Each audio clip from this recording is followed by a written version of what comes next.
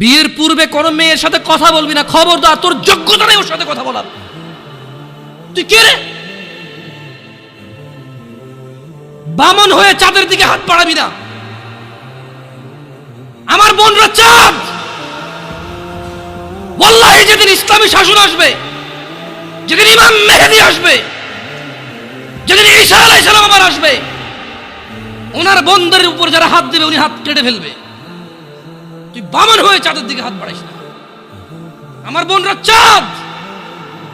ইসলাম মেয়েদেরকে চাঁদ বলেছে আর তোকে বামন বলেছে। বেটা তুই বেটা ছেঁড়া খাতায় শুয়ে লাখ টাকার স্বপ্ন দেখিস, বিয়ের আগে মেয়ের গায়ে হাত দিস। তোর সাহস কত?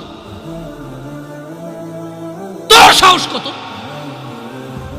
তুই জানিস না মুহাম্মদ সাল্লাল্লাহু আলাইহি সাল্লাম বলছে নেক স্ত্রী দুনিয়াতে যা আছে ওর চেয়ে বেশি উত্তম। তুই কি করে ওর গায়ে হাত দিস বিয়ের আগে? তোর সেই যোগ্যতা আছে বল?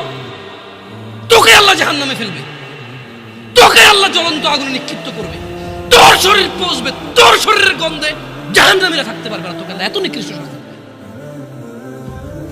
কেন? কারণ তুই এত বড় জঘন্য কাজে লিপ্ত হয়েছিস।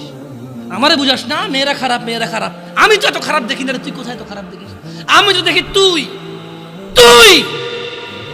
বেটা টেনে পড়িস মাত্র। তোকে আমি ছোট করে দেখছি না বেটা। তুমি বের হও, ছবি পাঠা নাহলে হাত কেটে ফেলবো আমি। দেখো আমি বিষের বোতল নিয়ে আসি, ছবি পাঠাও। তুই বেটা আমার বোনটাকে বেটা ফুসলে সুস বেটা ফাজিল। মেয়েরা খারাপ, মেয়েদের খারাপের কারণে দুনিয়া। তুই কে রে? তুই কি?